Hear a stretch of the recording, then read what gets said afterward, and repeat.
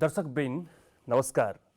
कार्यक्रम सन्दर्भको आजको श्रृङ्खलामा यहाँहरूलाई हार्दिक स्वागत छ।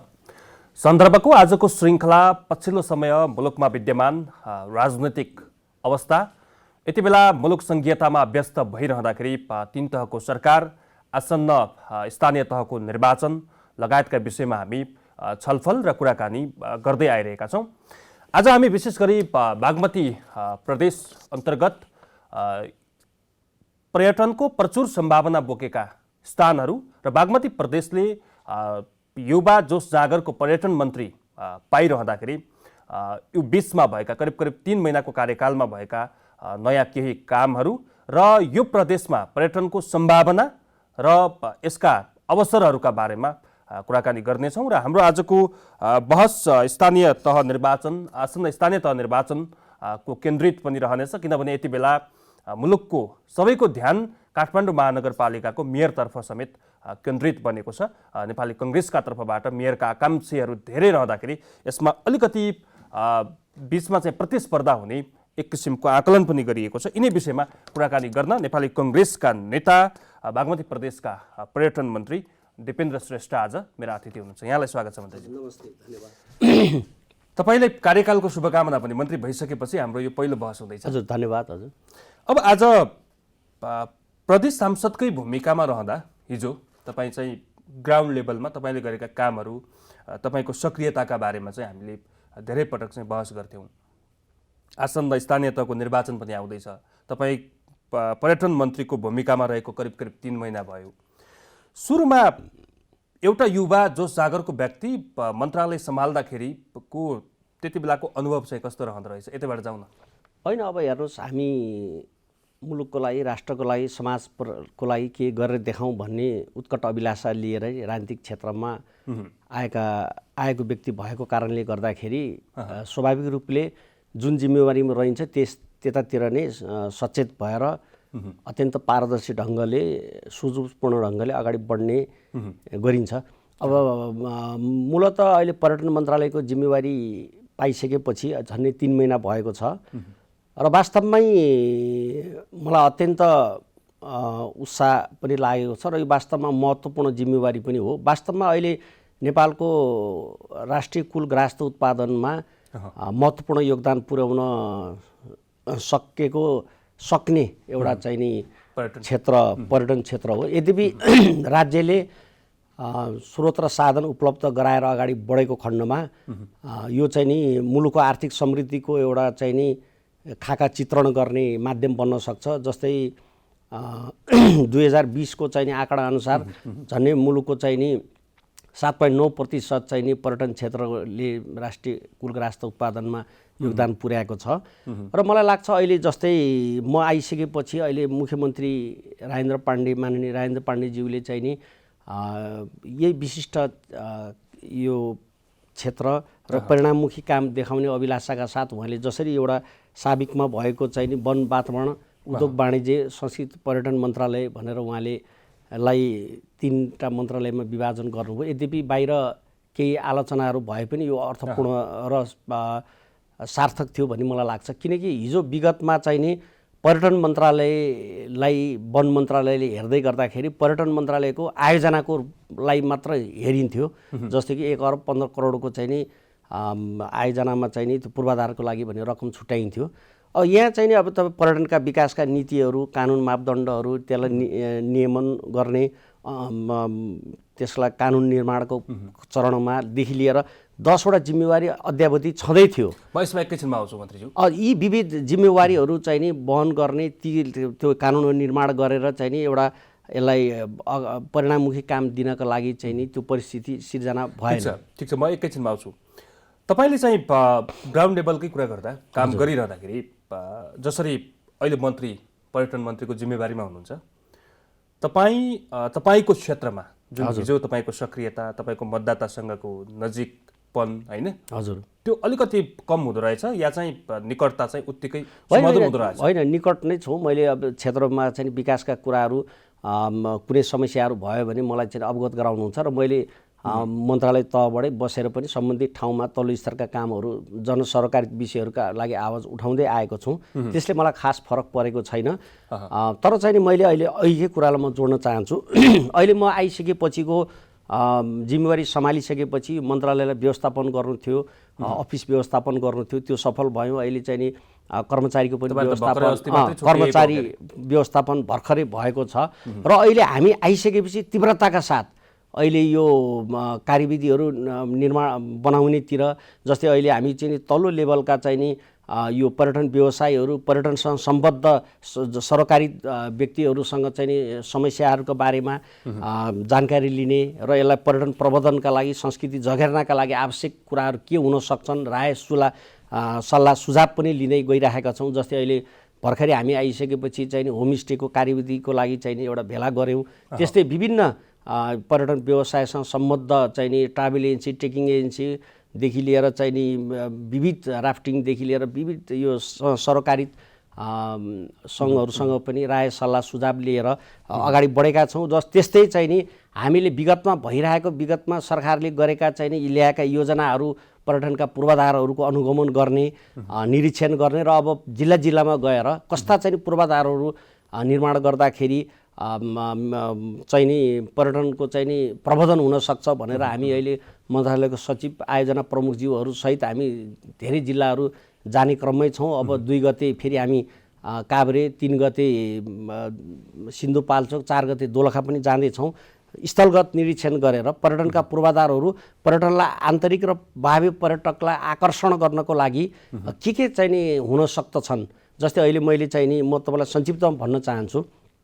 अहिले चाहिँ नि तपाईँको पर्यटन क्षेत्र भन्नाले राज्यले कुन दृष्टिकोणले हेरेको छ भने शरद ऋतुमा पदयात्रा र वसन्त ऋतुमा चाहिँ नि पर्वतारोहणसँग मात्र केन्द्रित छ। यद्यपि नेपालमा चाहिँ नि पर्यटनको क्षेत्रहरू, धार्मिक पर्यटनको उत्तिकै प्रचुर सम्भावना छ। अब काठमाडौँ, भक्तपुर, ललितपुरमा चाहिँ यत्र मठ मन्दिर, पशुपतिनाथ, आराध्यदेव पशुपतिनाथको मन्दिरदेखि लिएर बौद्ध धर्मावलम्बीहरूकोदेखि लिएर चाँगुनारायण मन्दिरदेखि लिएर अब हनुमान ढोका दरबार स्क्वायरदेखि भनौँ न, यहाँ चाहिँ नि मठ मन्दिरहरू अत्यन्त भएको धार्मिक, अब बुद्ध भगवान जन्मिएको ठाउँ, अब धार्मिक पर्यटनको त्यत्तिकै पर्यटनको त्यत्तिकै सम्भावना छ।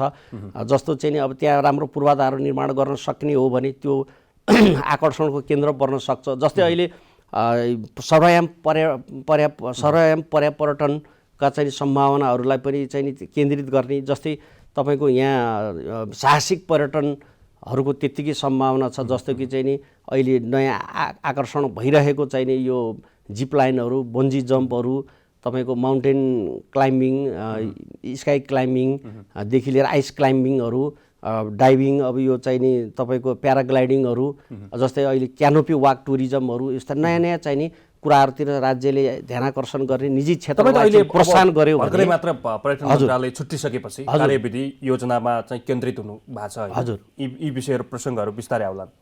तर यो पर्यटनका नाममा चाहिँ जुन पछिल्लो समयका जति पनि ट्रेन्डहरू छन् नि, पर्यटन विस्तार गर्ने नाममा सडकका पूर्वाधारहरू निर्माण गर्ने, नाङ्गा डाँडाहरूलाई चाहिँ चिर्ने, त्यसपछि चाहिँ भ्यू टावर जहाँ कि कुनै आवश्यकतै छैन त्यो ठाउँमा चाहिँ भ्यू टावर बन्ने, यसलाई चाहिँ पर्यटन प्रवर्धनका रूपमा चाहिँ विश्लेषण गरिन्छ, यसलाई यसरी अर्थ्याइन्छ। यसमा तपाईँको भन्नु केही छ? अब यो अत्यन्त मैले मेरो आगमन भइसकेपछि मैले हेरेँ, जस्तै पर्यटनका पूर्वाधारहरू भनेर चाहिँ नि गौरवको चाहिँ नि एउटा योजनाको रूपले प्रदेश सरकारले जुन 10वटा टावर, भ्यू टावर र 10वटा चाहिँ नि पर्यटन पदमार्ग भनेर प्राथमिकता दिएर अगाडि बढाएको छ। यद्यपि त्यो कसैले पनि 4 वर्ष, कुनै पनि योजनाहरू 4 वर्षमा सम्पन्नको चरणमा पुगेका छैन। अब भ्यू टावर बनाउने, जस्तै एउटा सिन्धुलीमा सिद्धबाबा भ्यू टावर चाहिँ करिब अन्तिम चरणमा पुगेको छ र म त्यहाँ प्रत्यक्ष गएर मैले अवलोकन पनि गरेँ। त्यो भ्यू टावरमा चाहिँ झन् 4 करोड रुपियाँ चाहिँ रकम विनियोजन गरेर निर्माण गरिएको रहेछ। अब त्यो भ्यू टावरमा गए दृश्यावलोकन गर्दाखेरि पारिपट्टि पनि अर्को त्योभन्दा अग्ला डाँडाहरू छन्, भ्यू देखिने टावरहरू छन्, तल खोल्सा। भनेपछि त्यो भ्यू टावर बनाइँदाखेरि कि हिम श्रृङ्खलाहरू देखिने, अर्थात् प्राकृतिक रूपले सौन्दर्य उचाइमा भएको त्यो कुनै कुरामा लक्षित हुनु पर्थ्यो, त्यो काहीँ त्यस्तो देखिएन। पहुँचका आधारमा मान्यज्यूहरूले अर्थात् मन्त्रीज्यूहरूले चाहिँ नि टावरहरू बनाउने, त्यो सबै प्रत्युत्पादक कुनै सम्पन्न र कयौँ पदमार्ग भ्यू टावरहरू बनाइएको भ्यू टावरहरू मा रकम लिएर जाने, यो किन सम्पन्न हुन सकेन 4 वर्षसम्म भन्दा कुरो रकम विनियोजन गर्ने र त्यसलाई चाहिँ उपभोक्ता समिति मार्फत रकमान्तर गरेर चाहिँ कार्यकर्तालाई पृष्ठपोषण गरिएको सम्म पनि देखियो। यद्यपि अहिले पर्यटनलाई चाहिँ नि प्रबन्धन गर्नका लागि यहाँ हामीसँग धेरै कुराहरू जस्तै स्पोर्ट टुरिज्मलाई जोड्न सकिन्छ, इको टुरिज्मलाई जोड्न सकिन्छ, मेडिकल टुरिज्मको पनि त्यस्तै प्रचुर सम्भावना छ। जस्तै म भन्छु अहिले चितवनमा चाहिँ नि क्रिकेट एकाडेमी बनिरहेको छ, त्यो सम्पन्नताको चरणमा छैन। त्यसलाई राज्यले अहिले केन्द्रीय सरकार र चाहिँ प्रदेश सरकारले हामीले पनि यसलाई उच्च प्राथमिकतामा राखेका छौँ, किनकि त्यो एउटा चाहिँ नि एकाडेमी चाहिँ निर्माण हुन सक्यो भने त्यो स्पोर्ट टुरिज्मको ठुलो एउटा चाहिँ नि सम्भावना बोकेको छ। त्यसले चाहिँ नि आन्तरिक वा बाह्य पर्यटकहरूलाई चाहिँ आकर्षण गर्न सक्छ। मेडिकल टुरिज्मको त्यतिकै भने यी कुराहरू जुन राज्यले चाहिँ नि पृथक ढङ्गबाट चाहिँ नि मुलुकको आवश्यकता, प्रदेशको आवश्यकता र त्यो आर्थिक वृद्धि दर हुन सक्ने र स्थानीय स्तरमै रोजगारका अवसरहरू सिर्जना हुन सक्ने खाले योजनाहरूतिर लक्षित गरेको खण्डमा राम्रो हुन्थ्यो। अरू जति पनि निर्माण भयो त्यो चाहिँ नि कुनै पनि चाहिँ नि सम्पन्नताको चरणमा मात्र होइन कि विश्लेषण बिना नै त्यो पहुँचका आधारमा गरिएको योजना देखिया छ, त्यो सबै निरर्थक छ। हेर्नुहोस्, होइन यो जस्तो यो भेउटाहरूको जुन एउटा कन्सेप्ट ल्याइयो, प्रतिपक्षी दलका एमालेका अध्यक्ष केपी शर्मा ओलीले चाहिँ एउटा युगको सुरुवात भनेर जसरी कुनै कार्यक्रममा चाहिँ बोल्दै गर्दा यो भेउटाहरूको कन्सेप्ट चाहिँ यो किन ल्याइदो रहेछ? यो त्यत्तिकै त नेपालमा चरम भ्रष्टाचारको एउटा सीमा नागेको अवस्था छ होइन, विश्वको एउटा सूचीमा छ। तर यस्ता योजनाहरू, यस्ता कार्ययोजनाहरू ल्याउँदाखेरि चाहिँ तपाईँले भन्नुभयो कार्यकर्ता पृष्ठपोषणकै लागि मात्र ल्याइदो रहेछ, वा चाहिँ यसको सम्भाव्यता नै अध्ययन नगरिकन यस्ता विषयहरूमा चाहिँ फजुल खर्च किन गरिदो रहेछ? यसमा चाहिँ बाधक को हुँदो रहेछ? कर्मचारी तन्त्रले पनि यसमा अब हेर्नुहोस्, नीति अब नेताहरू ले आफ्नो पहुँचका आधारमा 10वटा जिल्लामा चाहिँ नि भ्यू-टावर बनाएको देखियो।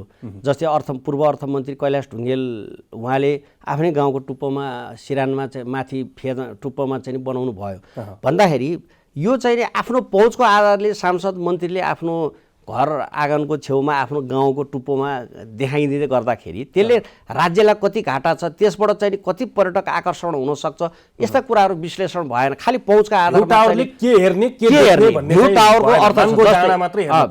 भ्यू टावर देखिँदै गर्दाखेरि अहिले जस्तै राज्यको खरबौँ रुपियाँ चाहिँ नि भ्यू टावरमा चाहिँ हाम्रो केपी ओली प्रधानमन्त्रीज्यूले झापाबाट सुरु गर्नुभयो। झन् त्यो अरबौँ रुपियाँको चाहिँ नि टावर उहाँले निर्माण बनाउनु भयो। उहाँको पहुँचको आधारमा त्यो सम्भव भयो, उहाँले आफ्नो गाउँठाउँमा देखाउन त सक्नुभयो, तर राज्यलाई कति घाटा भयो त्यसबाट। जस्तै कि त्यतिखेर कोरोनाको उच्च सङ्क्रमणको हुँदै गर्दाखेरि जनताले खोप मात्र होइन अक्सिजन नपाइरहेको अवस्थामा उहाँले त्यो जुन सुरुवात गर्नुभयो, त्यसपछि यसको लहर आयो।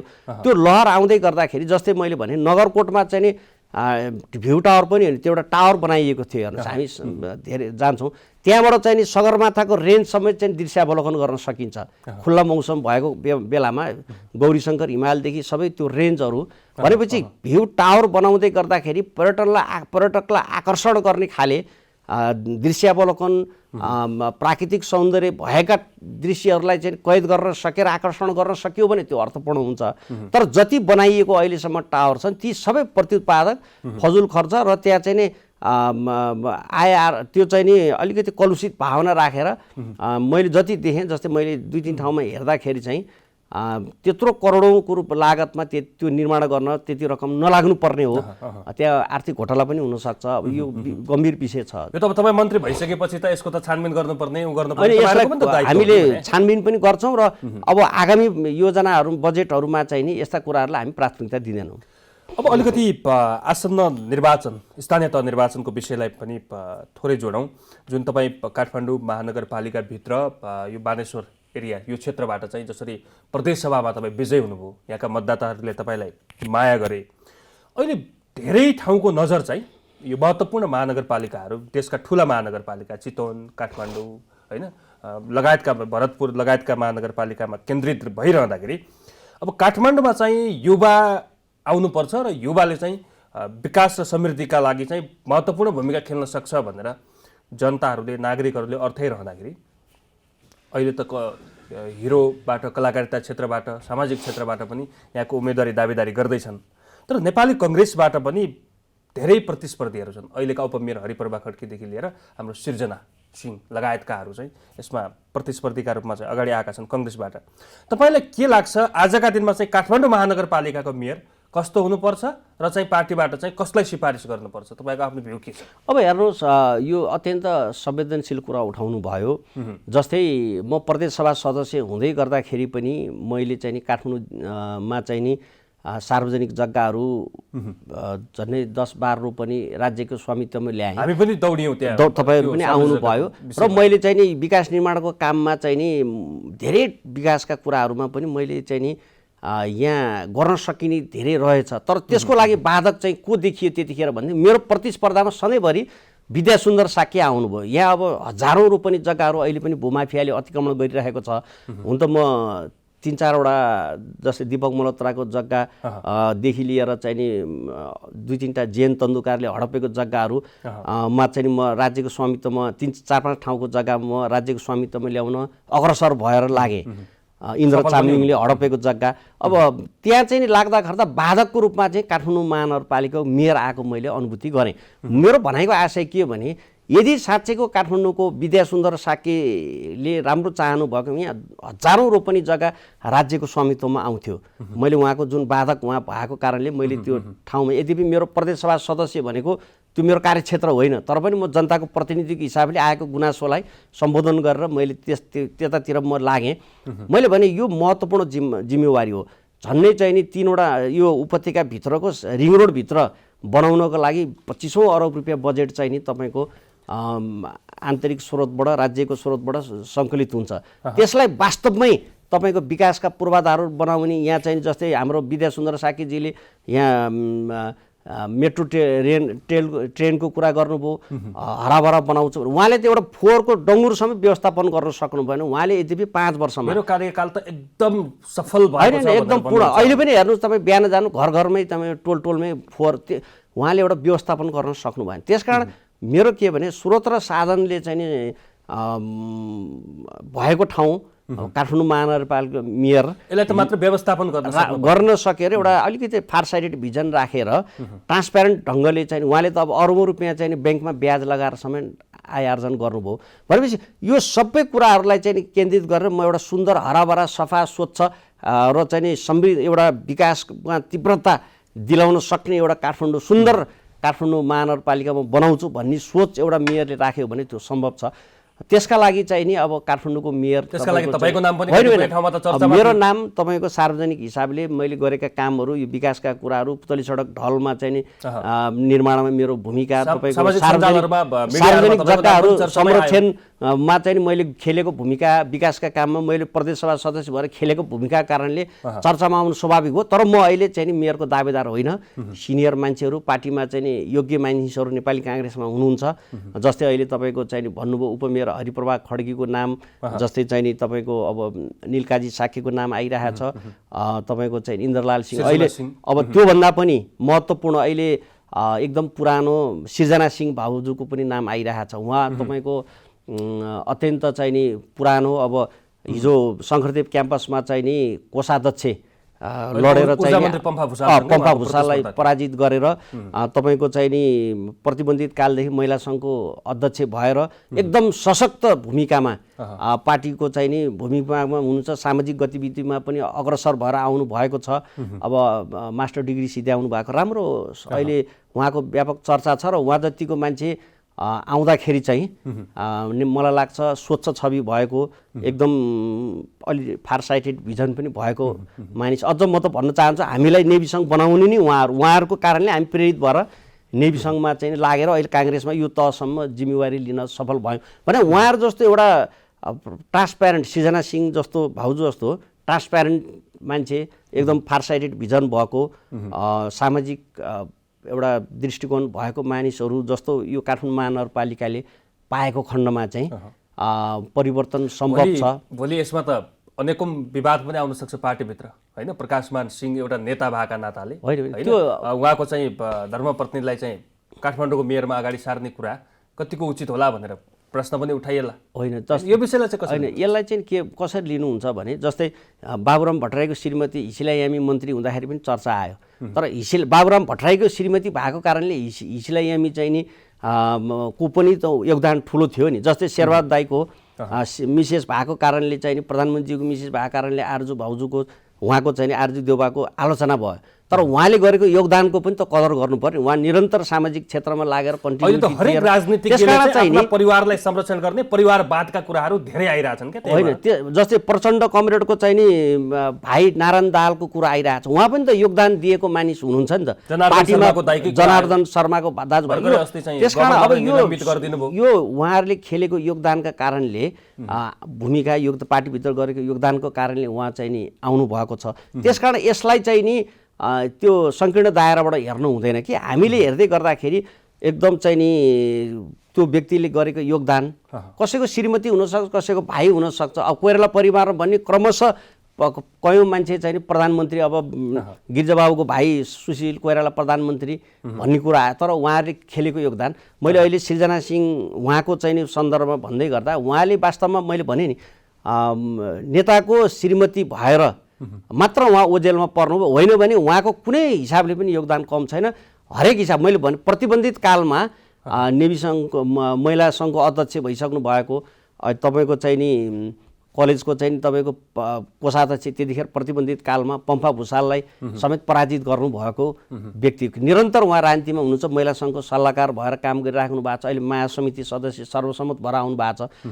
मैले भन्न खोजेँ तर चाहिँ त्यो बायोडाटा हुँदै गर्दाखेरि पनि मानिसले दोषारोपण गर्दा प्रकाशमान सिंहको मिसेस भन्ने होइन। उहाँ त पछि विवाह गरेर जोडिनु भयो। उहाँ त विवाह गरेर जोडिनुभन्दा अगाडिदेखिको योगदान छ नि त उहाँको। उहाँसँगै भेट्न हुँदाखेरिको उहाँको योगदान छ। मलाई लाग्छ उहाँको मिसेस भएको कारणले चाहिँ उहाँ पछाडि पढ्नु भएको मैले महसुस गरेँ। तपाईँ जस्ता युवाहरू चाहिँ किन नआउने काठमाडौँको मेयरमा भन्ने एउटा जनताको प्रश्न छ होइन। नयाँ नयाँ अनुहारहरू चाहिँ यहाँ देखिरहेका छन्। कतिपय सेलिब्रिटीहरूले चाहिँ यहाँको मेयर ताक्न खोजिरहेको अवस्थाहरू छ होइन। त्यस्तोमा चाहिँ नेताहरूले चाहिँ आफ्नो भनौँ न अग्रजहरूलाई चाहिँ सुम्पिने जिम्मेवारी होइन। तर आफू चाहिँ ब्याक बन्दै जाने एउटा परिपाटी छ राजनीतिमा। एउटा निषेधको राजनीति पनि भन्छन्, कतिपयले पुस्तान्तरणको राजनीति चाहिन्छ भन्ने कुरा पनि गरेका छन्। अब हेर्नुहोस् मेरो सन्दर्भमा भन्दै गर्दाखेरि मैले प्रदेश सभा सदस्य भएर खेलेको भूमिकालाई उचित सम्मान उचित कदर गर्दै अहिले त्यो जनगुनास मिडियामा आइरहेको छ, मैले हेरिरहेको छु। यद्यपि मैले खण्डन गरेको छैन तर म अहिले मेयरको दावेदार होइन।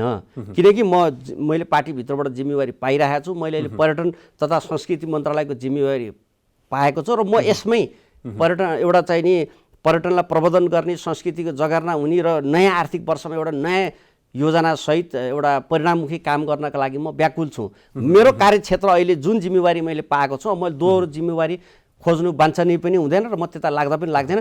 तर मैले भन्न खोजेँ काठमाडौँ महानगरपालिकाको मेयर हुने मान्छेमा क्षमतावान मान्छे, आर्थिक रूपले चाहिँ नि स्वच्छ छवि भएको एउटा दूरदर्शिता भिजन भएको मान्छे भयो भने वास्तवमै काठमाडौँलाई एउटा चाहिँ नि सुन्दर सफा हराभरा र समृद्ध चाहिँ नि काठमाडौँ बनाउन सकिन्छ। तपाईँहरूलाई त अब जाँदा जाँदै अन्तिममा छौँ हामी। अलिकति सहज पनि छ यति बेला चाहिँ 5 दलीय गठबन्धनको सरकार छ होइन। स्थानीय तह निर्वाचनमा पनि 5 दलीय गठबन्धनले चाहिँ गठबन्धनै बनाएर निर्वाचनमा जाने, तालमेल गरेरै जाने भनेर जुन एउटा घोषणा गरेका छ अहिले स्थानीय तहको निर्वाचनमा, पछि के होला हेर्दै गइएला।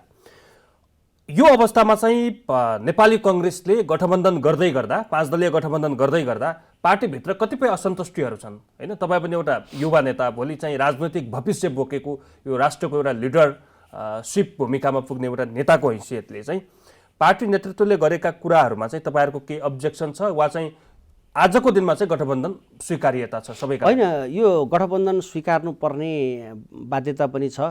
किनकि केपी ओलीको स्वेच्छाचारी कदम, असंवैधानिक कदमपछि मुलुकमा एउटा नयाँ राजनीतिक घटनाक्रम विकसित भयो।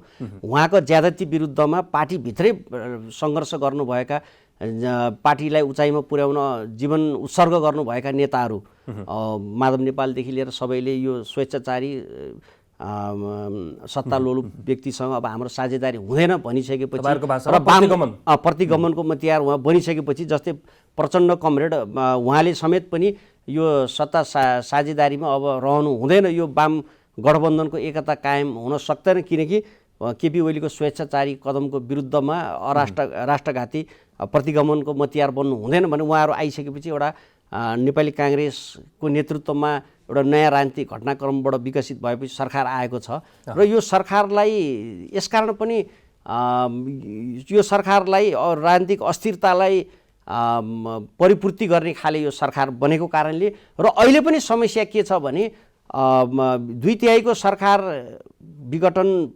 भइसकेपछिको अवस्थामा अहिले चाहिँ नि नयाँ परिस्थिति सिर्जना भएपछि फेरि पनि नयाँ चाहिँ नि स्थायी सरकारको परिकल्पना एउटा सिङ्गल राजनीतिक पार्टीले चाहिँ नि गर्न सक्ने अवस्था, नेतृत्व गरेर जान सक्ने अवस्था छैन। त्यसकारण पनि एउटा चाहिँ नि मुलुकमा राजनीतिक स्थायित्व बिना विकास र समृद्धिलाई तीव्रता दिन सकिँदैन। त्यसकारण पनि यो अहिले जुन एउटा एलायन्स बनेको छ, एउटा विशेष राजनीतिक घटनाक्रमबाट उत्पन्न भएको जुन परिस्थिति छ, यसलाई निरन्तरता दिनु जरुरी छ र त्यसको लागि अहिले नेपाली काङ्ग्रेसको पार्टी सभापति आदरणीय नेताले जुन आवश्यकता महसुस गरेर एउटा गठबन्धन गरेर जाने भन्ने कुरो छ, यसलाई हामीले स्वीकार्नुपर्ने बाध्यता छ र स्वीकारेर जानुपर्छ। हेर्नुहोस्। हस् मन्त्रीज्यू, यहाँको कार्यकाल चाहिँ सफल रहोस्। तपाईँ 3 महिने कार्यकालमा हनीमुन पिरियडमा हुनुहुन्छ होइन? तपाईँको कार्यकाल अझ थप सशक्त र सफल बन्दै जाओस्। यहाँलाई कार्यक्रममा आइदिनु भयो, संवादका लागि धेरै धेरै धन्यवाद। हस् हजुर, नमस्ते, धन्यवाद।